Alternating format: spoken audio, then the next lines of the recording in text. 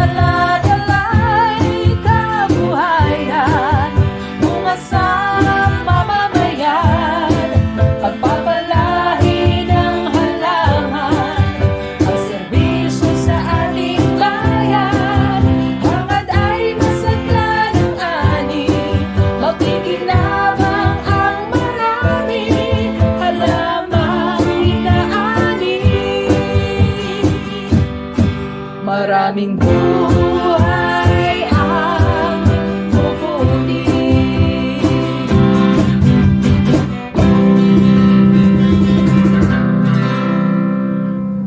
Magandang araw na impag mabigat, maayong buntag kaninyong tanan. Welcome sa isa na namang siksik sa kalaman at makabuluhang talangkayan tungkol sa agrikultura. Ang episode na ito ay tid sa inyo ng Institute of Plant Breeding, College of Agriculture and Food Science, University of the Philippines, Los Baños. Sa episode na ito, ating kilalanin ang laboratoryong nangangasiwa sa Genetic Studies ng Institute of Plant Breeding. Walang iba kundi ang Genetics Laboratory. Ako si Ricky Brian Biagtan at ito ang IPB, kung saan ikaw Pinoy ang bida. Ay, baby, ikaw Pinoy ang bida. Ngayong araw, makakasama natin ang head ng Genetics Laboratory at isa sa mga outstanding young scientists ng National Academy of Science and Technology noong 2022. Walang iba, di si Mr. Darlon Lantican. Yan, magandang araw po, sir. Magandang araw, Ricky. Yan, bumati po muna kayo sa ating mga viewers. Hi muna sa mga viewers ng Ikaw Pinoy ang Bida. Ayan. So, sir, simulan po natin yung ating talakayan. Ano po ba ang ibig sabihin ng genetics at ano po yung kahalagahan nito? Ang genetics ay ang pag-aaral ng mga proseso o paraan kung paano na mamana ng mga halaman ng kanilang mga katangian mula sa kanilang mga magulang o ninuno. Ito din ay tumutukoy sa pag-aaral ng mga genes o bahagi ng DNA na nagbibigay ng impormasyon ukol sa kanilang mga katangian katulad ng produktibidad, resistensya sa mga sakit o peste o nutrisyon. So, sir, ano naman po yung mga layunin ng Genetics Laboratory at ano po yung mga ginagampanan nito bilang bahagi ng IPB? Mula sa mga impormasyon ng mga genes, ang Genetics Laboratory gumagamit ng mga makabagong paraan upang mag-develop ng DNA markers.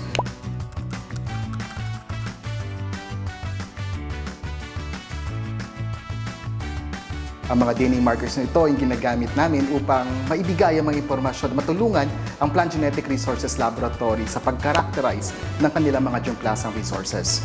Bukod dito, tumutulong din ang Genetics Laboratory sa mga breeding activities ng ating institute.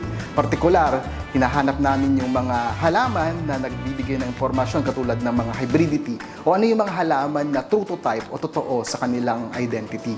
Kinagamit din ng Genetics Laboratory yung tinatawag natin new breeding techniques upang makadevelop ng mga new varieties katulad ng paggamit ng genetic modification o genetic engineering o kaya yung tinatawag nating genome editing. Sir, ano naman po yung mga halaman na sinusuri niyo dito sa Genetics Laboratory? Sa kasalukuyan, ang IPB Genetics Laboratory ay nag-aaral ng mga halaman katulad ng coconut, banana, tomato, eggplant, corn, sorghum, hoya at sisidyum. Sir, ano naman po yung mga serbisyong ibinabahagi ng inyong laboratorio sa kasalukuyan? Ang IPB Genetics Laboratory ay nagbibigay ng mga serbisyo katulad ng tinatawag nating genotyping services. Dito, ginagamit namin yung mga DNA marker technology na amin na-develop pang mag-identify ng mga halaman at magbigay ng purity or identity ng mga ito. For example, meron kaming mga hybridity testing service, purity testing service, at minsan meron din kaming mga tinatawag natin bioinformatics service or consultation para mabigyan natin ng kapasidad ang ibang mga nangangailangan ng tulong para sa kanilang pag-analyze ng mga data. Ang IPB Genetics Lab din ay bukas sa pagtanggap ng mga estudyante as the research intern o yung mga thesis nila ay sinusuportahan din ng laboratory. So, Sir Darlon, nasaan po tayo ngayon? So, nandito tayo ngayon sa IPB Genetics Glasshouse. So, tara! Ngayong araw, makakasama din natin si Ms. Roan Gardosa, isang University Researcher 2 mula sa Genetics Laboratory. Magandang araw po, ma'am. Magandang araw sa iyo, Ricky. Ayan o. Ma'am, maaari niyo po bang ibahagi sa amin yung mga kasalukuyang proyekto ng Genetics Laboratory? Okay. So, ang Genetics Laboratory ngayon ay binubuo ng 4 na functional groups. O kumbaga, may 4 na sinisiyasat ang Genetics Lab. Isa dito, yung molecular genetics.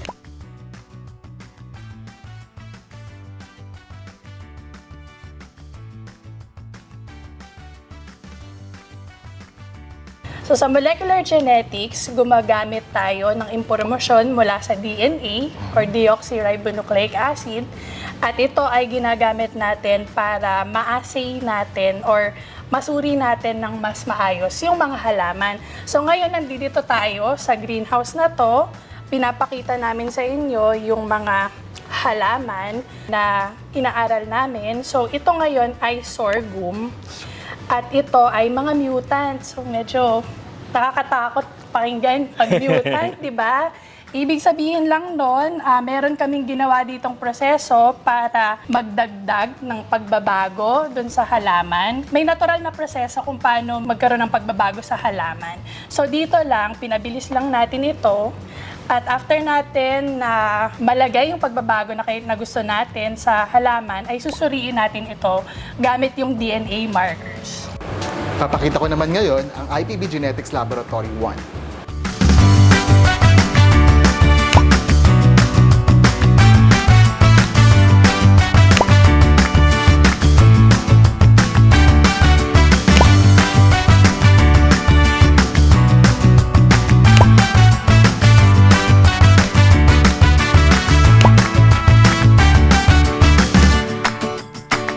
Magandang araw sa inyong lahat. Ako si Alma Salinas, University Researcher 3 ng Institute of Plant Breeding at the Genetics Laboratory.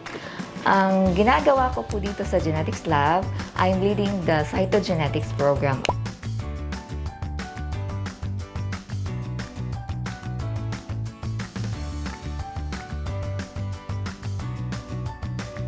Ang cytogenetics ang pioneering na program ng Genetics Laboratory. Ito ay nag-umpisa noong 1960s pa. At ito ay pinangunahan ng walang iba ang ating national scientist na si Dolores. So marami silang ginawang noon na researches sa iba-ibang crops. Mula sa grasses, cereals including rice, corn, sugarcane, fruits, madami rin silang ginawa. Starting 2020, we re-establish noong cytogenetics namin na work. May 3 kaming projects ng cytogenetic characterization. So, paano ba yon? Inaalam namin yung chromosome number ng isang halaman or isang crop. Ilaalam din namin ang pollen fertility or behavior kasi ito ay importante para malaman natin kung anong breeding strategy yung ating gagamitin in the future. So, merong 3 sample dito na ginagamit namin during analysis. Ito ay bulaklak ng Hoya. No? So, maliliit, iba-ibang stages ng bulaklak ng Hoya. Ito yung ginagamit namin dun sa pag-a-analyze. Tinitingnan namin sa microscope yung iba-ibang stages ng meiosis at mitosis. Another, meron kaming banana. So sa banana, may ilang accessions kami na ginagamit. Tinitingnan namin yung kanyang pollen behavior. Kasi alam naman natin, ang banana ay hindi nagpuproduce ng buto.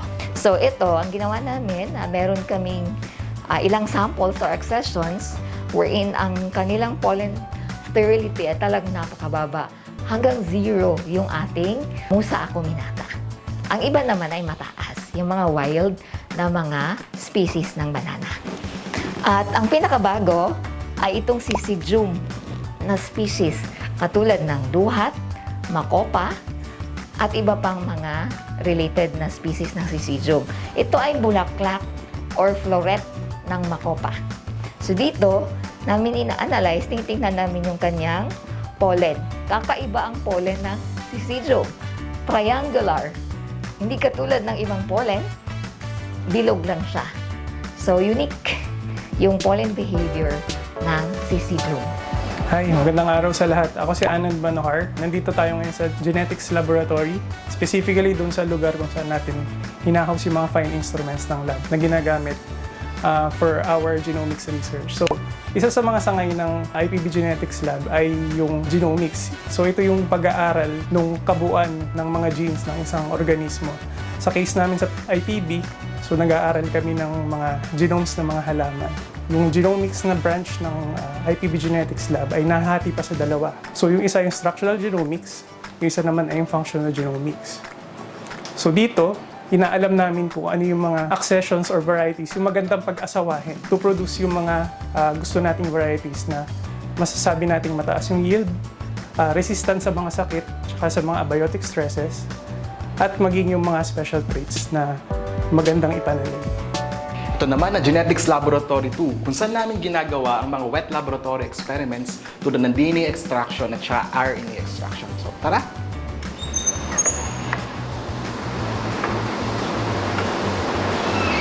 So, nandito yung mga working stocks namin. So, ito yung mga working stocks kung saan ito yung aktibong ginagamit sa mga experiment namin. Ito naman yung electrophoresis room namin kung saan naggagawa kami ng mga gel upang makita yung mga DNA or RNA natin.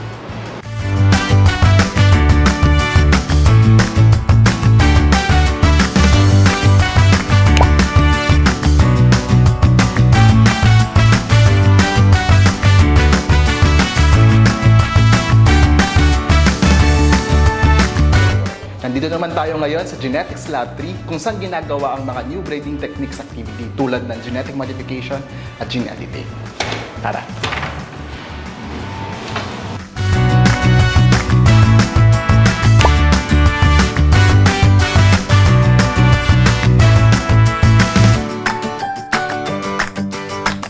Hello, ako si Mark Gabriel Sagarbaria. Ako ay isang university researcher dito sa Genetics Laboratory. At ako ay head ng New Breeding Techniques or NBTs na group dito sa Genetics Lab. Ginagawa namin itong mga new plant breeding technique.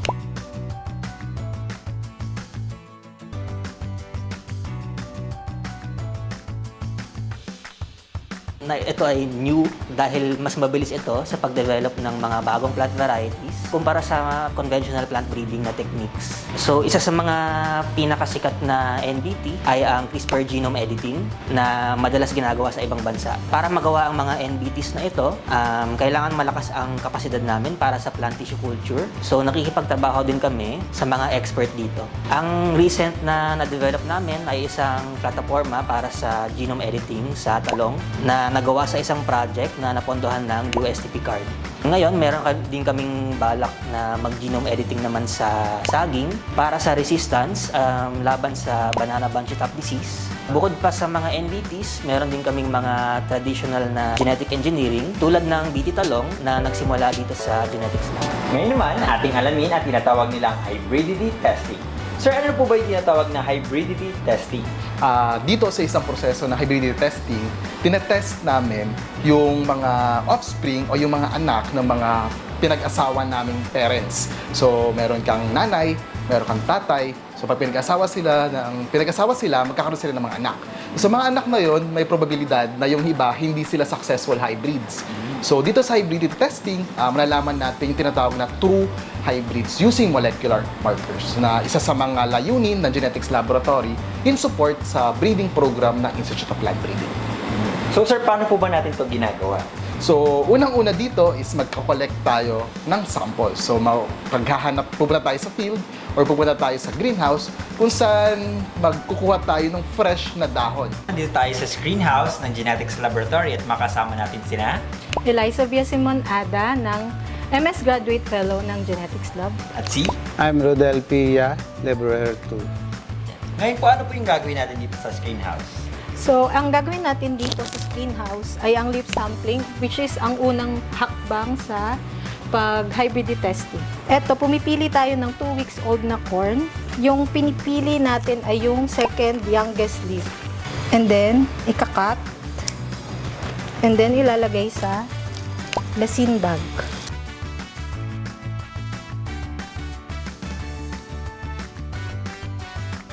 Lalagyan din to ng label.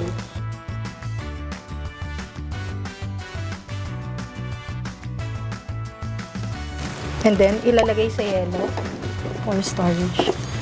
After nan, gagawing DNA extraction.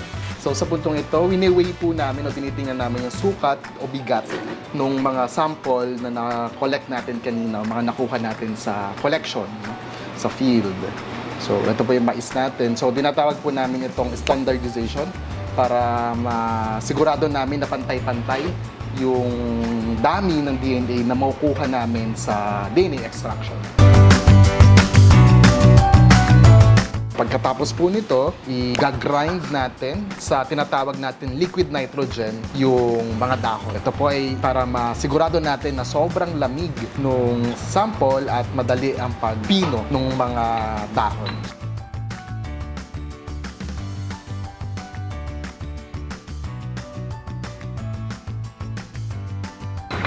Kailangan mabilis. Yan.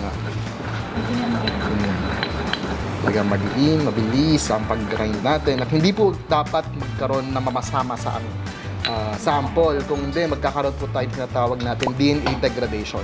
So, dapat lagi po natin nilalagyan ng liquid nitrogen yung mortar and pestle.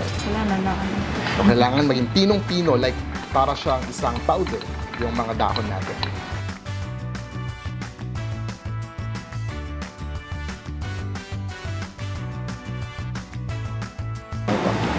Matapos po nating mapino yung dahon, ay nilalagyan po natin sila ng buffer. Ito yung tinatawag natin DNA extraction buffer using CTAB reagent. So ito po yung na-optimize ng laboratorio para sa mais.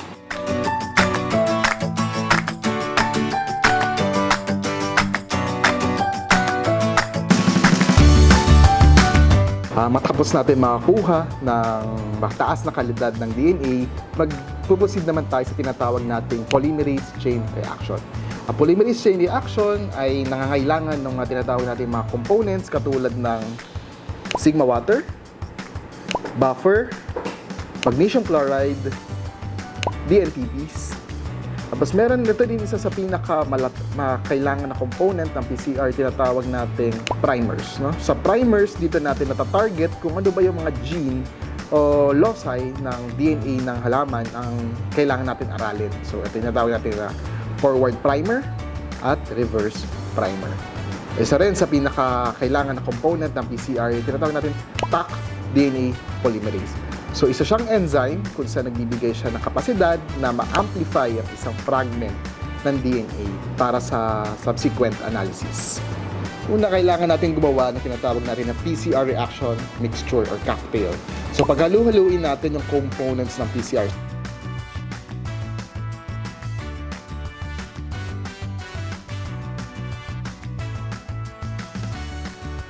Patapos natin mapaghalo-halo yung components ng PCR sa PCR cocktail, lalagyan na natin siya ng DNA or di-dispense natin siya sa maraming tubes na maliliit. So, ito yung 0.2 tubes. Kung meron kayong madaming sample, dito natin ilalagay isa-isa yung DNA at yung PCR cocktail natin. Ngayon naman, dalhin natin to sa aming PCR thermal cycler. So, ilalagay natin yung mga tubes sa well. No? Ito yung 96 well ng thermal cycler. So, isa-isay natin.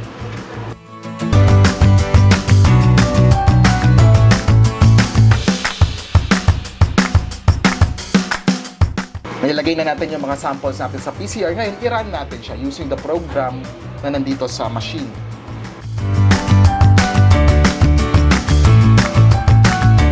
Ang ginagawa ngayon ni Cedric ay naghahanda siya ng reagent na tinatawag na polyacrylamide gel. So, maiba-iba yung components. May kasama yung nanopure water, TBE, and yung acrylamide mismo.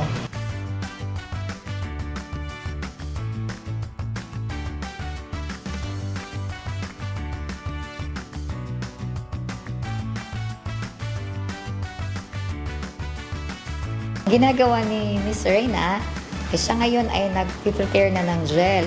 Sa term ng technical ay gel casting.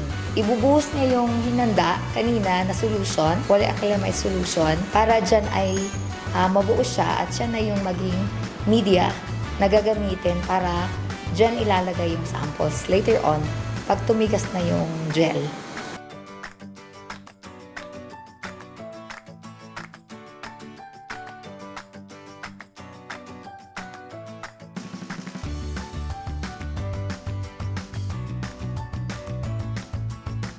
Tapos nilalagyan niya ng comb or ngipin kung saan dyan ilalagay ang bawat sample. Kasi kung hindi siya lalagyan ng comb, wala siyang butas kung saan dadaan yung samples during electrophoresis. Antayin niya na tumigas mga 30 to 40 minutes.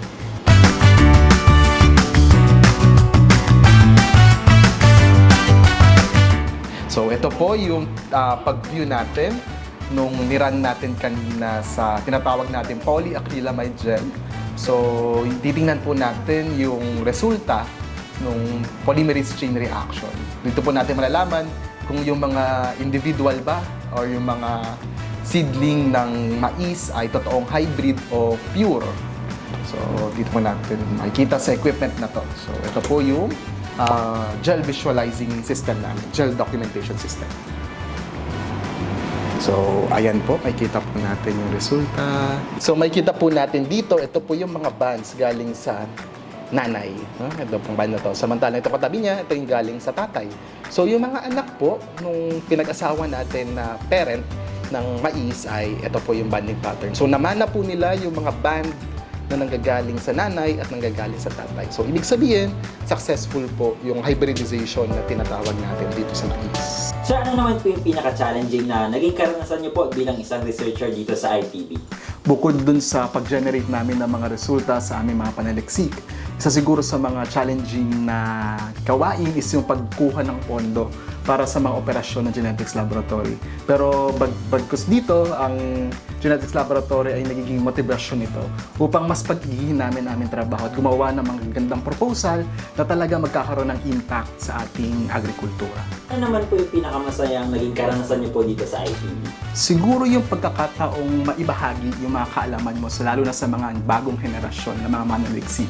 Yun yung pinaka-fulfilling na parte ng isang mananaliksik dito sa Institute of Plant Breeding.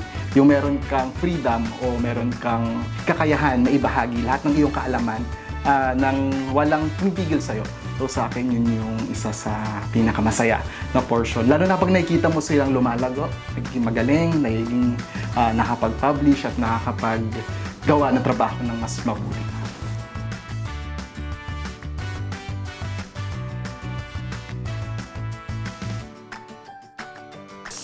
Ang larangan ng genetics, hindi siya madali. Hindi siya katulad ng ibang mga larangan na mabilis maintindihan o mabilis mahalin.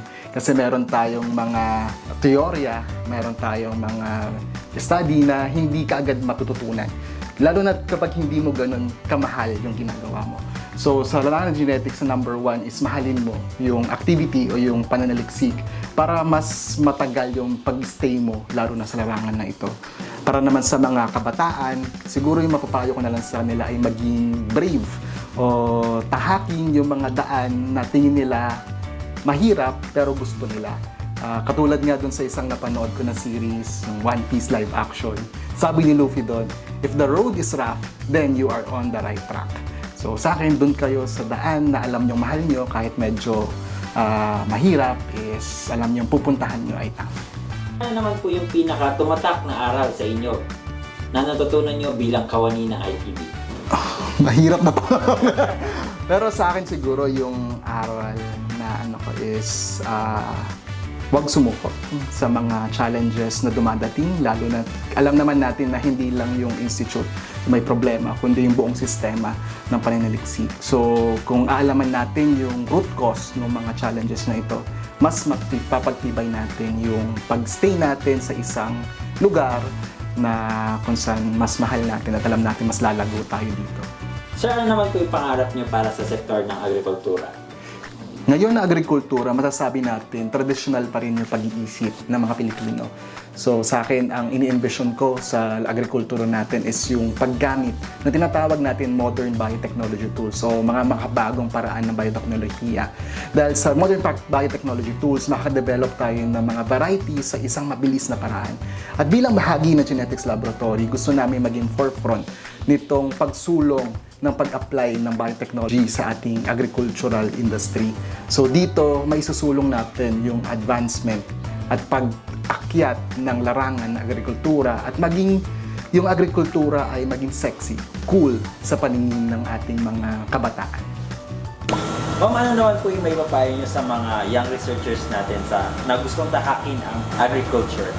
Sa mga magsisimula ng kanilang career sa research in agriculture, mas maganda siguro yung meron kang goal you will identify the star that you are going to shoot for. Kaganon kasi madaling mag-focus kung ano talaga yung gusto mong gawain. I always think na pagka gusto mo yung ginagawa mo, the work becomes lighter. Sometimes, it is even fun. Kasi nag-i-enjoy ka dun sa trabaho mo. Your work becomes easy, becomes lighter, even fun. Your achievements are more meaningful. And at the end of the day, more satisfying. That actually carries on to a lot of things. Your health, your mental health. Sa buhay ng tao, hindi lahat ng dumadating maganda or gusto mo. Paminsan-minsan, masakit, mahirap, at ayaw mo. Pero, hindi yun rason para sumuko ka na. Ang mas magandang gawain ay make the best out of the situation. Sa episode na ito, ating nakilala ang Genetics Laboratory at nalaman natin ang kanilang mga pag-aaral tungkol sa molecular genetics, cytogenetics, genomics at new breeding techniques. Nagustuhan mo ba ang episode na ito? Huwag kalimutang i-like at i-follow ang ating official Facebook page at mag-subscribe sa ating official YouTube channel. Hanapin lamang ang UPLB CAFS Institute of Plant Breeding. Hanggang sa muli, ako po si Ricky Brian Dagtan at ito ang IPB, kung saan ikaw Pinoy ang bida. Pag nagtanim ng kaalaman, aanihin ay kaunlaran. Welcome sa isa namang